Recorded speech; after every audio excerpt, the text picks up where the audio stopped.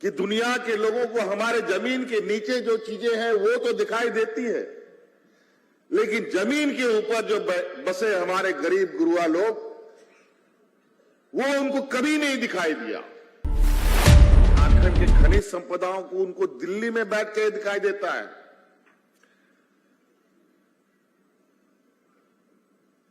जो अंतरिक्ष में भेजा गया उपग्रह, उसके माध्यम से कहां कहां कोयला है, कहां लोहा है, कहां बॉक्साइट है, कहां एल्युमिनियम है, सब कुछ दिखाई देता है, लेकिन यहां का गरीब लोग नहीं दिखाई देता है। हमारा इस राज्य का खनिज संपदा से पूरा दुनिया जगमगाता है, पूरा देश जगमगाता है, लेकिन यहां के लोग अंधकार में रहने के लिए मजबूर हो गए। वैसे तो इस राज्य को लोग सोने का चिड़िया कहता है, क्योंकि इस राज्य में झारखंड की इस धरती के नीचे नाना प्रकार का खनिज संपदा है। कहीं कोयला है, तो कहीं लोहा है, तो कहीं अभ्रक है, तो कहीं सोना भी है, कहीं बॉक्साइट है, अनगिनत तरीके का खनिज संपदा है। पूरा देश में जितना खनिज संपदा पाया जाता है, उसका अकेले 40% से अधिक खनिज संपदा हमारे इसी राज्य में मिलता है। कोई ऐसा खनिज नहीं है दुनिया में जो खनिज संपदा हमारे झारखंड में नहीं मिलता है। लेकिन बड़ा दुर्भाग्य है हम लोगों का कि दुनिया के लोगों को हमारे जमीन के नीचे जो चीजें हैं वो तो दिखाई देती है, लेकिन जमीन के ऊपर जो बसे हमारे गरीब गुरुआ लोग, वो उनको कभी नहीं दिखाई दिया। 100 सालों में भी नहीं दिखाई दिया।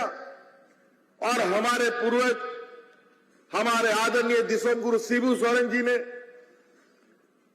बचपन, जवानी, बुढ़ापा, राज अलग करने की लड़ाई लड़ी। 2000 ईस्वी में राज भी मिला। अरे राज लेने का ताकत तो हमारे आंदोलनकारियों ने लगाकर हमें राज दिला दिया, लेकिन बड़ा दुर्भाग्य की बात है कि राज अलग होने के बाद हम लोगों का जो चिंता करने वाला लोग था, जो सरकारें थी, वो ऐसी सरकार बन गई जो इस राज को अलग करने के घोर विरोधी थे। जो लोग इस राज को अलग करने का घोर विरोधी हो, क्या वो इस राज के बारे में सोचेगा? कभी नहीं सोचेगा। तब हम लोगों ने निर्णय लिया, राज तो लिया लड़कर, लेकिन अब सरकार अगर नहीं बनेगा तो ये सरकार तो हम लोगों का राज बर्बाद कर देगा। जल जंगल जमीन लूट के खत्म कर देगा। जिस महाजनों के विरुद्ध में हम लोग की लड़ाई लड़ी, वो महाजन, वो पूंजीपति फिर से इस राज्य को कब्जा कर लेगा। फिर गरीब और गरीब होता चला जाएगा। कुछ दिनों के बाद जैसे हमारे आदिम जनजाति के लोग आज गिनती के बच गए हैं, उसी तरीके से झारखंड का लोग, चाहे वो आदिवासी हो, चाहे वो मूलवासी हो, वो भी गिनती के में आ जाएगा, हाथ में गिनने लगेगा। तब हम लोगों ने ताकत लगाया, 2019 में सरकार बनाई। देश में जो आज के दिन में जो 400-500 रुपए का सिलेंडर गैस का था, वो आज 1000 रुपए के पार। जो 60 रुपया 65 रुपया में पेट्रोल डीजल मिलता था, वो 100 रुपया के पार। सरसों का तेल रोज उसका दाम बढ़ता है।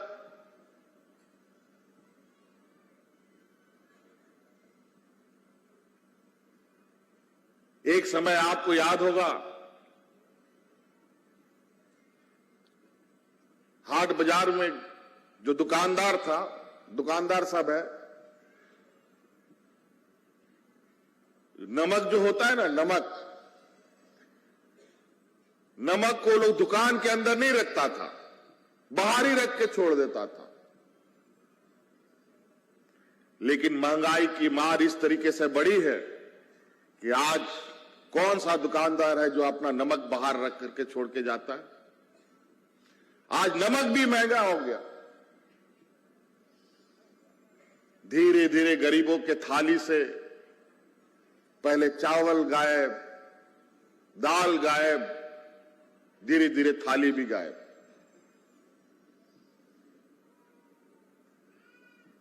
और ये लोग कहते हैं, अभी कल ही परसों हमने एक पूरा दुनिया का एक अमीरी गरीबी की जो आकलन करने वाली संस्था है, नाम याद नहीं आ रहा, उसने एक आंकड़ा दिखाया जिसमें पूरा दुनिया में गरीबों की संख्या बढ़ने लगी है। और पता नहीं हमारे इस देश के नीति निर्धारक कौन से आंकड़े बताते हैं कि भारत देश में गरीब लोग खत्म हो गया है।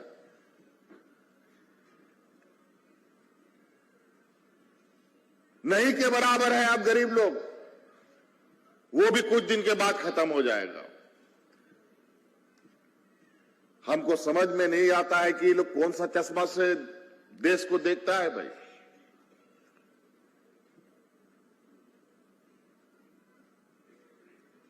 आज इसीलिए हम ये कह रहे हैं कि झारखंड के खनिज संपदाओं को उनको दिल्ली में बैठ के दिखाई देता है।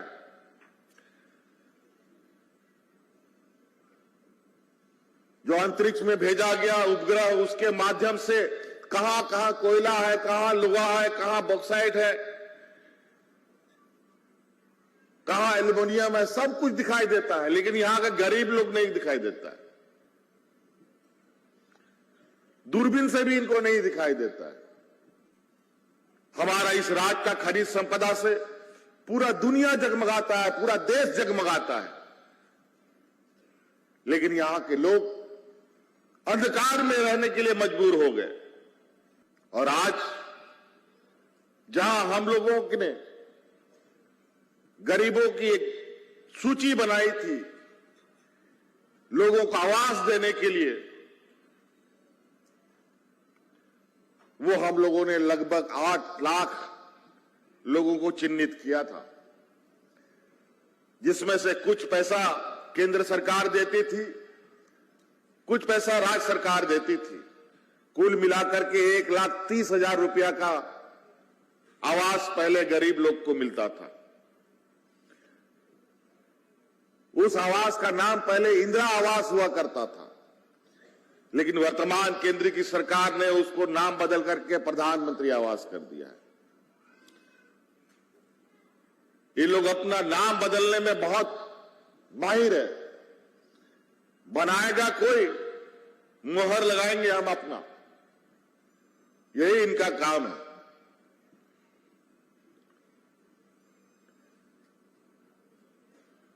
एक समय इनका कहना था कि देश के सब गरीबों को आवाज देंगे।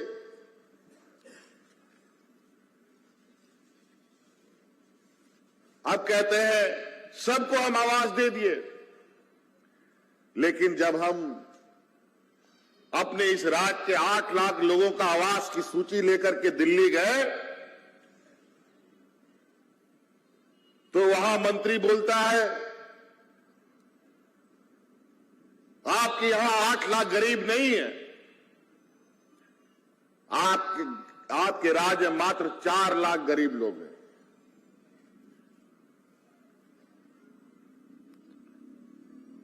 पहले तो गरीबी नहीं दिखा, चलो 8 से 4 लाख दिखा, तो हम बोले ठीक है भाई, आपको 8 नहीं दिखा, आपको 4 ही दिखा, तो 4 लाख का पैसा दे दीजिए आपका अपना हिस्सा, ताकि हम गरीब लोग को आवाज दे दें। कुछ दिन के बाद जो हमने भारत सरकार के पोर्टल में भी चढ़ा दिया था 8 लाख लोगों का नाम, कुछ दिनों के बाद हमें खबर आई कि झारखंड सरकार को अब आवास के नाम पर कोई पैसा नहीं मिलेगा। हम बोले ये कैसे हो सकता है? इसीलिए अब अबुआ आवास हम लोगों ने ये निर्णय लिया है, अब हम अपना आवास बनाएंगे, राज्य सरकार अपने से आवास बनाएगी आपके लिए, आपको बेहतर और सम्मानजनक जीवन जीने के लिए। जो पहले आवास मिलता था 2 कमरे का और 1,30,000 रुपए का आवास, अब हम आपको 3 कमरे वाला और 2 लाख रुपया का आवास देने का काम करेंगे।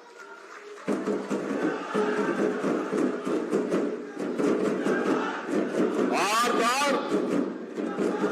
हमको तो जब हम लोगों ने एक बार 8 लाख लोगों की संख्या गिनी थी, लेकिन जब हम गरीबों के लिए आबू आवास योजना घोषणा किए, उसके बाद जब हमने शिविर लगाया गांव-गांव, पंचायत में, तो मैं आज हैरान रह गया कि 8 लाख से अधिक गरीब हैं इस राज्य में। पता चला कि 30 लाख आवेदन आ गया। हमने कहा भाई 30 लाख आवास बनाते बनाते तो 40 साल बीत जाएगा, हमको इतना पैसा आएगा कहां से? ये 8 लाख के लिए तो हम लोगों ने जी तोड़ मेहनत किया है।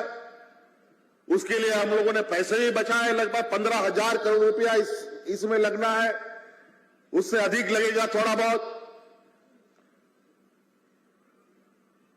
लेकिन यहां तो 30 लाख आवेदन आ गए। उन सब को भी हम लोगों ने छांटना कोशिश किया कि सही है गलत है, कुछ फर्जी लोग भी भर देता है, सुखी संपन्न लोग भी भर देता है, अब सरकार दे रही है तो लूट लो, यही होता है। बहुत गहन खोजबीन के बाद 29 लाख तो बच्चे, 30 लाख तो हुए नहीं, लेकिन 20 लाख अभी भी हमारे राज्य में गरीब लोग हैं जिनको आवास की सख्त आवश्यकता है। अब हम लोग सोचे कि अब कैसे इसको बनाया जाए।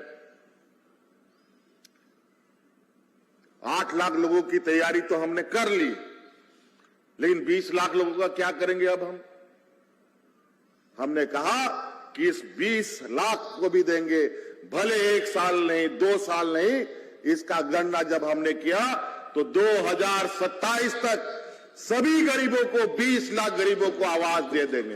अभी ये साल में हम लोगों का राजनीतिक परीक्षा की भी घड़ी आएगी, चुनाव जिसको कहते हैं, जो 5 साल में एक बार आता है। लोकसभा का भी चुनाव और विधानसभा का भी चुनाव। तो आप देखिएगा कौन क्या बोलेगा। विकास के नाम पर कोई आपको कुछ नहीं बताएगा, वो अगर बताएगा तो ये झारखंड सरकार बताएगा। हम आपको बता सकते हैं और लिख के बता सकते हैं कि आज हम लोगों ने इन 4 सालों के अंदर कोरोना से बचाते हुए लोगों को, यहां के गरीब गुरुआ लोगों के हक अधिकार घर घर पहुंचा के देने का काम कर रहे हैं।